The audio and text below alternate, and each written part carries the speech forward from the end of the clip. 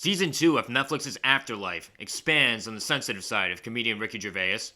More delays are announced of big-name film releases, and Jay Llanes, a friend and colleague of mine, calls into the show to review Netflix's new action thriller, Extraction, starring Chris Hemsworth. I'm Jojo Acierno. This is Real Talk.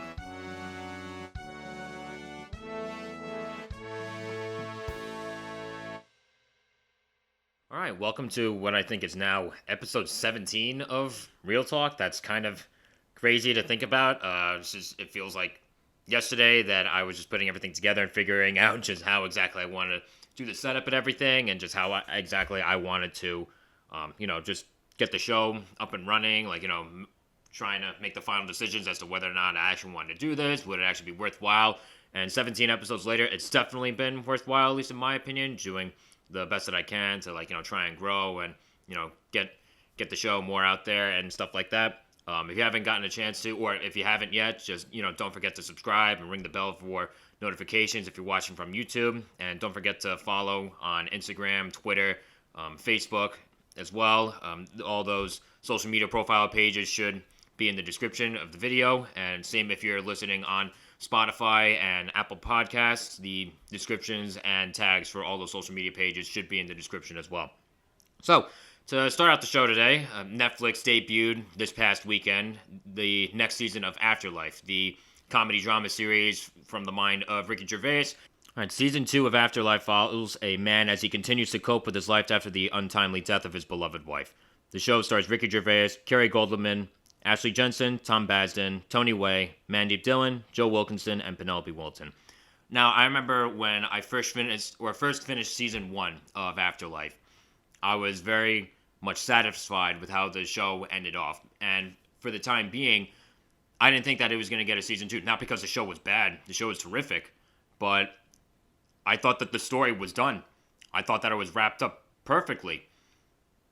So when I first heard about season 2 coming out, I remember thinking to myself, okay, I was happy because I liked the show, but of course I was a little worried because I'm like, season 1 ended so perfectly. What else is there possibly for them to say as far as this man's journey to find, the meaning of his life? And when I looked at the differences between season 1 and season 2, season 1 of the show deals more with the short-term battle after losing someone that you loved to make sure that there's still some kind of meaning in your life. But I think the bigger emphasis in season 1 is at the very least Tony Johnson, the main character, learning to be kind to the people who are trying to be kind to him in his tough time. And season 2, or season 1, wraps up with him deciding to be like, let me at least be good to the people that are trying to be good to me. And then season 2 comes along, and that's more of Tony's struggle to be happy with himself and say that his life still is worth it. One of the things that I think stands out the most about this show is, of course, that, again, coming from Ricky Gervais, it's a very funny show. I don't think anything from the mind of Ricky Gervais I don't think you can expect anything less. But there's something that feels very nuanced, but at the same time very powerful about the emotion that the show tries to portray, or succeeds in portraying. When I think of certain Oscar baity or scenes that are overly dramatic just for the purpose of getting attention, I guess depending on the example it works, but at the same time you can still kind of see this is they're trying too hard. But whereas with this show, there's something that feels very nuanced about it. There's a very down-to-earth feeling, but at the same time there's nothing that ever, it's not like the show doesn't swell up in its more intensely emotional moments.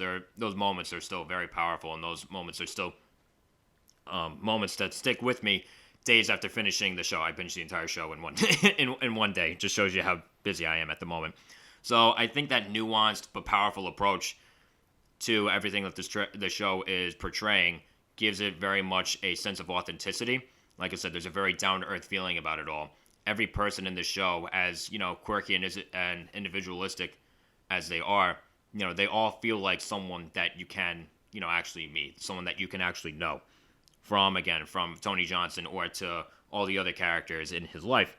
And this is a very honest and insightful, but at the same time very respectful and sensitive approach to love and loss, and Tony experiences a lot of suicidal thoughts, and this show portrays that, and I think possibly the best way possible. I mean, I'm thankful enough to have never thought about committing suicide or anything like that, but at least from my point of view, I can't say anything about the show that maybe it's tough to watch, but at the same time, it never feels gratuitous, it never feels disrespectful, and I believe it, if that makes sense. I believe it in everything that it's trying to say.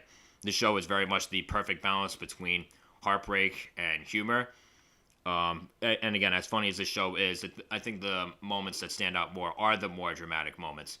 Ricky Gervais is absolutely wonderful in this entire series, but I noticed more just the more poignant and sensitive side to his acting ability and how powerful that possibly can be in certain scenes when Tony is going through a rough time, and he is getting very emotional for obviously justifiable reasons.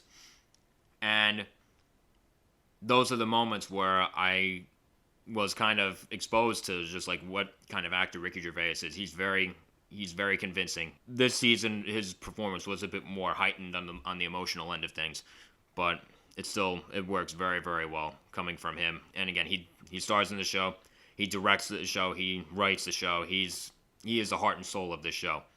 I consider this a big step forward for someone like him, because when I think of Ricky Gervais, I think of the acerbic, prickly comedian that comes out with all these stand-up comedy specials that says a bunch of brazen but I guess controversial material, to the roasting of celebrity A-listers at the Golden Globes.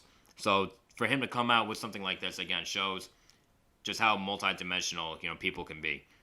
And I highly, highly recommend you watch this show. In terms of giving my final mark on the show, I'm giving this season of Afterlife, season 2, an A+. I absolutely adored this show. I guess, what? I am looking forward to hopefully a season 3.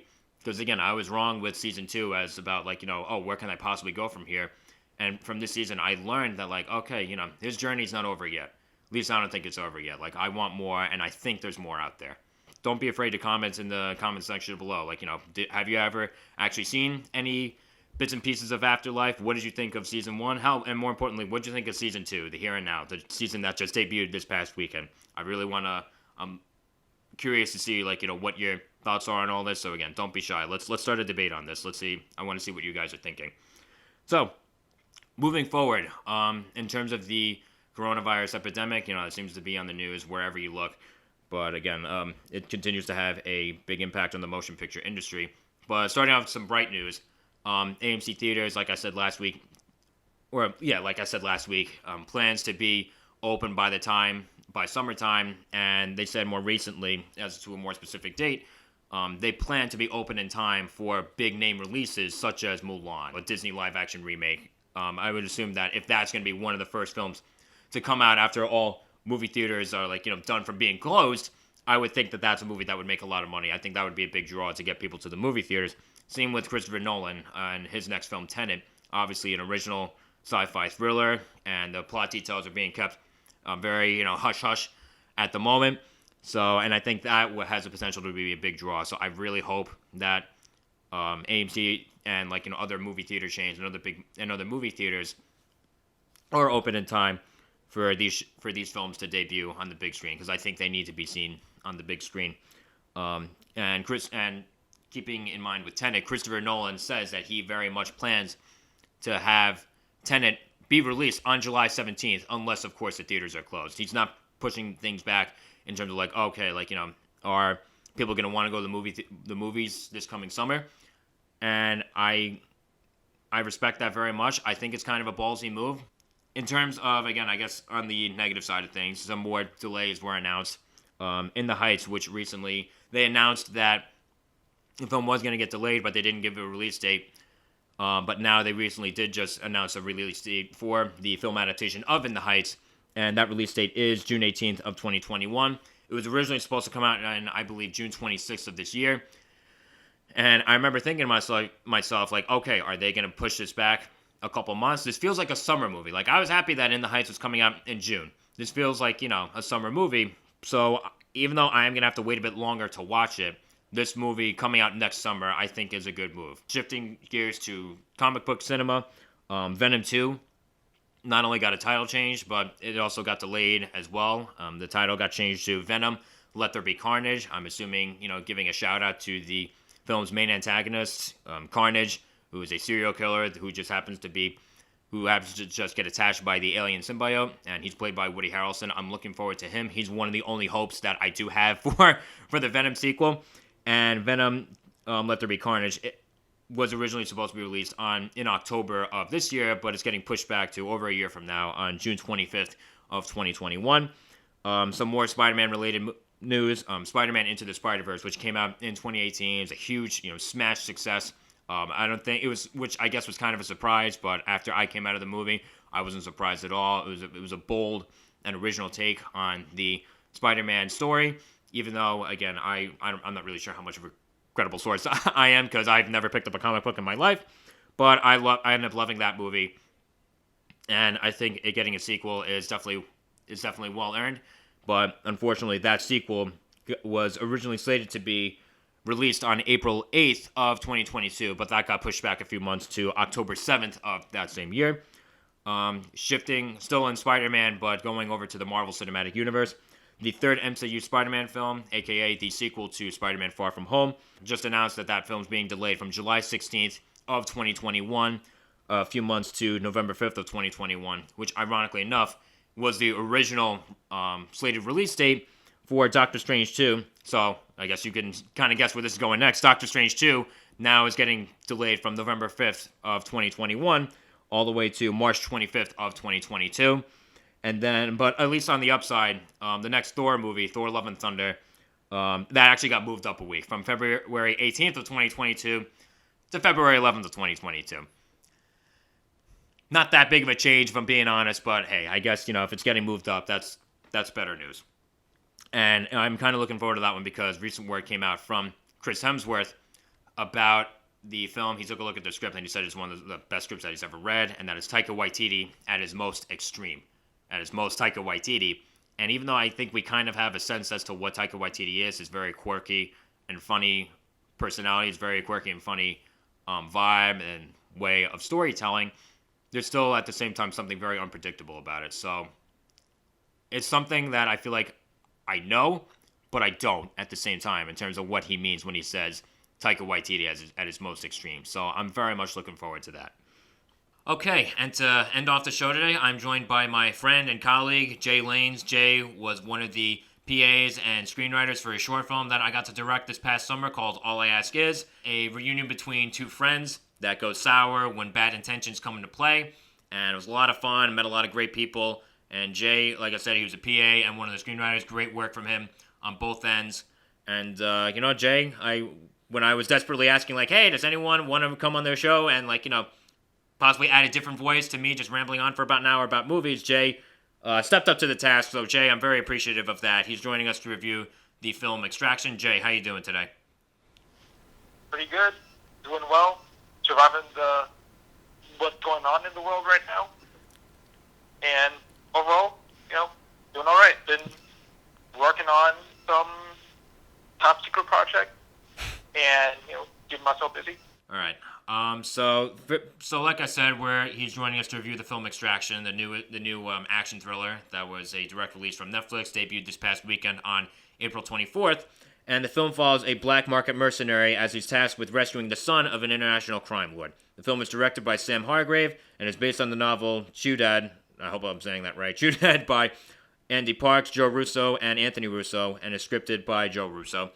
And the film stars Chris Hemsworth, oh boy, this is where I'm going to run into a little bit of trouble. Rudhakrash Jaiswal, Priyanashu Panyuli, Golshifte Farahani, David Harbour, and Randy Puda. I know for a fact I butchered about half of those names, and I sincerely apologize to to the actors associated with this movie, whose name I did not exactly say in the best way. But again, I'm doing my best. So Jay, just to get things moving a little bit more here. So what are your thoughts on this movie? What'd you think of it? Okay, well, going in, first thing I saw was the poster and the title, and at first I thought, fuck no, what the hell is this? Straight to DVD Walmart bin shit. But then I started looking into who was behind the camera, and it was one of the stunt coordinators, I think it was, of a couple Marvel movies, particularly Captain America and the past few Avengers movies. And I thought, you know what, I might give this a shot. Oh, okay. So you know, I'll give this a chance because stunt coordinators behind the camera, I support that. So I started watching it, and overall, I enjoyed it. It's not a perfect movie, but I enjoyed it. Going kind of building on what you were saying about a lot of with certain other names associated with other big name franchises. I look at the Russo brothers, who were the directors of Avengers Infinity War and Avengers Endgame. They were producing hands on this project. So it's funny that you say that one of the stunt coordinators from another one of the Marvel films. And of course, you have Chris Hemsworth, who worked with the Russo brothers on the two Avengers movies that I mentioned. And it's just nice and I think it's nice to see when certain collaboration networks stand true, certain filmmakers working with certain actors and other crew members. So I always think that's nice. In terms of what I thought about this movie overall, it was entertaining. I can't say I disliked it. If I had gone, I'm happy this was a Netflix film where I didn't exactly have to, pay an obscene amount of money for a ticket price, or I had to drive however many minutes just to go to a theater. Because if I had to do that for this movie, I'm not gonna lie, I would have been a little bit annoyed. But I think that for what this movie is, like I said, streaming release, then I think it's fine, especially with everything that's going on right now. I think it's a good distraction, to say the least. One of the things that the film has been getting kind of some kind of backlash for, some kind of criticism for, was the violence in the film. And I think, honestly, the film is very violent, but I can't say it bothered me. I saw that critique, and I'm like, all right, I don't exactly buy that. What do you think of that? Yeah, the movie is pretty bloody, but there are worse movies out there in terms of violence. Mm-hmm. If you can sit through, I don't know, a game of Mortal Kombat, you can sit through this movie. Yeah, and I watched this movie and I'm like, okay, nothing about the violence seems gratuitous, at least from my end. So, like I said, I didn't really buy that. I didn't really buy that critique too much. But I guess in somewhat of a relative note to the violence in the movie, I think honestly the action was actually really good. Again, there's an action thriller, and you would think that going into this movie that there would be a lot of action, a lot of great action, and not much else. And you would largely be correct. But again, the action is very entertaining. It's very thrilling. There's certain set pieces that were absolutely terrific. There was the one, I don't know if you remember, I believe there's one sequence towards the middle of the film where it's kind of one of those one-shot illusions. Unless it was actually one shot. I didn't see any cuts in there. But it was a very, very long take of this, very elaborate action scene. And I saw that, I'm like, all right, well done. They're not screwing around too much here. So what'd you think of the action in the film? Oh, yeah, the action is fucking insane. Like, particularly that whole 10-minute one-take sequence. The movie is worth watching just for that sequence alone. Mm-hmm. And after seeing it, throughout that whole scene, I only had one thing in my mind, which was, I forgot the director's name, but... Sam Hargrave. People Sam Hargrave. Okay. I'm probably going to forget that name in 2 seconds, but this guy needs to, this guy should be behind the camera for Uncharted. I don't know if that movie has a new director, but, that whole sequence captures, the entire essence of the video game. It felt like I was watching, the next Uncharted game. Building on your point as to what you were saying as far as, this whole nonstop feeling, I realized, whether you were talking about, the Uncharted video games or hell with this movie as well, the characters, really just start going. Once the action starts, it very rarely stops. The vast majority of this movie is the action. There's a lot of action in this movie. But again, one of the things that I think drags this movie down a fair bit is the story, is the writing behind all this, because, like I said, I can't say that the story and the characterizations weren't competent, but at the same time, there's nothing that I can say, I really connected to or sympathized with or really felt. And again, like, I know this is like an action movie, so I went into this with that expectation, and I came out of it, with that expectation being on point. But again, like, just because that something is largely an action movie doesn't mean it can't have, that I can't care about what's happening and who it's happening to. Like, for me personally, that's the biggest check mark as to whether or not, like, a movie can really stand the test of time. So, again, like, maybe I am just being a bit nitpicky because, again, this is an action movie. But, like, what'd you think of, like, the stuff outside of the action? Outside of the action? Well, before I get into all of that, there's one more thing I want to say about the action, one little tidbit, but it's kind of like one little problem with it, which is that the one big action sequence, it's like halfway through the movie. Yeah. Because it's halfway through, it suffers from this thing I like to call the ghost particle effect, where that action sequence was so great that the rest of the movie just isn't as good in comparison. Like, don't get me wrong, the action in the later half of the movie is still good, it's still entertaining, but my mind is still on that 10-minute action. Yeah, it peaks way too high, way too early. Alright, so back to the characters and the story, and literally everything else that isn't a part of the action, I really didn't care much for it. Honestly, I didn't have any sympathy for any of the characters at all. Like, the villain, yeah, there are scenes of him doing really villainous, fucked up things in the movie that I'm not going to spoil.